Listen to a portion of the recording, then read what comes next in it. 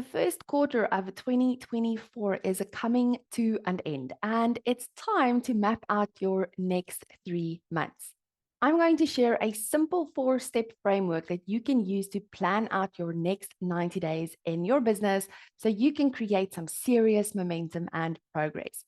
Now, I love planning in 90-day intervals because it helps me break down my 12-month goal in doable chunks. It also helps me to stay on track because I know exactly what I'm focusing on day to day, and it becomes this filter for my decisions. Since I know what the plan is, if something new pops up and it doesn't fit in the plan, I know that it's not the priority. So I park it to the side and I revisit it again in 90 days. Having a 90-day goal versus a 12-month goal also gives me an opportunity to course correct faster if needed. Now, if you haven't planned in this way before, I would recommend starting with your 12-month revenue goal first and then breaking that into 4 quarters. Now, I use a very simple, powerful 4D framework when planning out anything inside of my business. You can use this framework to plan out your next 90 days, which we're going to do on this episode. You can also use it to create a marketing plan or to plan out a specific project inside of your business.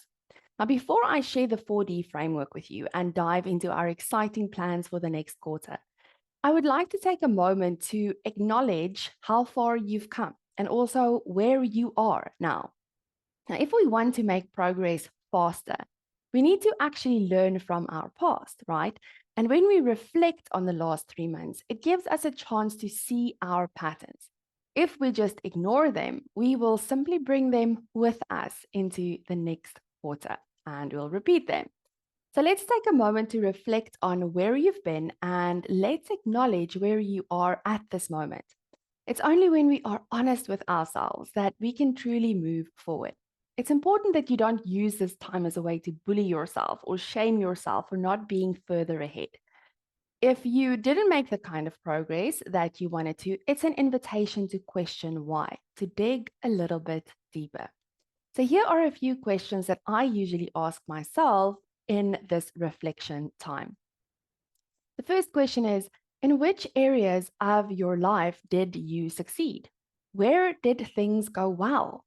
Where did you make progress? Where did you push yourself outside of your comfort zone? It's important to look at all the areas in your life that matter to you, not just business, because business may have been slow, but connecting with your teenage daughter after months of feeling disconnected is a win worth celebrating. Now, I start with the wins because my brain wants to focus on all the losses, right? It wants to show me everything that didn't go according to plan. It wants to show me the failures. So I am intentionally choosing to focus on what did work first because I know that there is always something that did go well. There is always something to celebrate. And when I start with this, by the time I get to the stuff that didn't work as well as I wanted it to, I can look at it with a much lighter heart. I can see it for what it is. Now, it doesn't feel as heavy, and I can often also look at it objectively. Whereas if I'm only focusing on the losses, or if I focus on the losses first, I tend to spiral down a dark rabbit hole that I find it hard to get out of. So start with the good.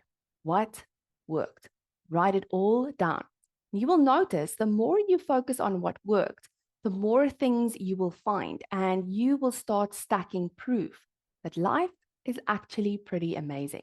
You have made progress. You are moving forward. Things do sometimes work out as planned, and it's fun and important to acknowledge that. Now, once you've made your list of what worked, it's time to look where things didn't go as planned. Which areas did you fall short? Which areas do you still feel stuck in?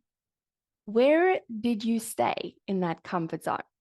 Where did you maybe fall off track? Again, this is not a game of blame and shame.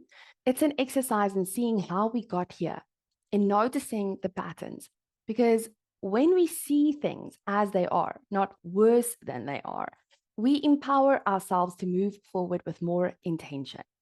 I often hear clients say things like, I tried everything and When we do this exercise, they discover that they actually tried a few things and that those things didn't create the outcome that they wanted, and that they surely haven't tried everything. There is still lots of opportunity, lots of things they haven't tried.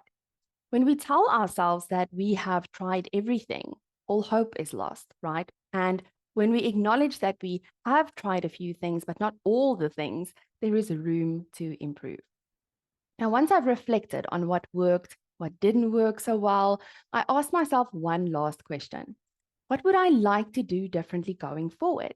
Now, it doesn't need to be anything elaborate. It can be as simple as setting an intention for yourself, looking at what you learned from your reflection. You might set an intention that you want to have more fun in the next 90 days. And even though you might be doing lots of hard things over the next couple of months, you are setting an intention to enjoy yourself in the process. So write down what you would like to do differently. What is the intention you would like to set for your next 90 days? What would you like to bring with you? And what would you like to leave behind? Now, you don't need to spend a ton of time here. 5 to 10 minutes in reflection is more than enough. We've taken some time to reflect now. Now we know where we've been. We've acknowledged our progress. We've celebrated the wins. We know where we are starting from. Now it's time to dig into the 4D framework. The first phase is design. And that's the first D in the 4D framework. This is where we spend some time in possibility, in connecting with our desires and asking ourselves what we want to create. What would you like to achieve in your business in the next 90 days? The outcome or result you want to achieve doesn't need to be monetary. It can be anything as long as it is measurable, specific, and it matters to you. So write down what you want to achieve. I like spending some time with my goal before actually moving on, to sit with the goal, to imagine it is done. I imagine what it would feel like to have completed this goal. I see myself celebrating the accomplishment. Now, we often create goals, but we're so disconnected from them, right? And a week or two down the line, we forget that we even had a goal. The more time you spend living inside of the goal, the more it will become part of you. And the harder it will be to shake it and get distracted by those new shiny objects. So now that you know what you want to create in the next 90 days, it's time to make some decisions. And that is the second D in the 4D framework, or the second phase in the framework, decide. This is where you are going to make important decisions that will help you create the goal. So don't allow your brain to tell you that you don't know, right? That you don't have the answer. Don't allow yourself to be confused in this phase. There is no right or wrong way. There is no one way to achieve your goal. When we set goals that expand us, we often set goals that we haven't done before, right? So we don't know how to do it. We won't have all the answers, but we are going to decide anyway. We are going to get into the driver's seat and decide which way we are going, knowing that we can change course if needed. So the first decision we want to make is how we want to create the goal. What path are we going to follow? How are we going to do it? What specific steps are we going to follow? I want you to write down the steps that you think you need to take in order to create your goal. And remember, as soon as you've written them down, your brain is probably going to start doubting whether this will work. Gently remind yourself that we don't know if it's going to work. We are going to trust that we know enough to get started, that we are resourceful, and that we can get the information we need if we really don't have the right information. You can waste a lot of time continuously changing the plan, or you can create your best guess plan and take lots of action on it so that you can get some feedback and learn from it.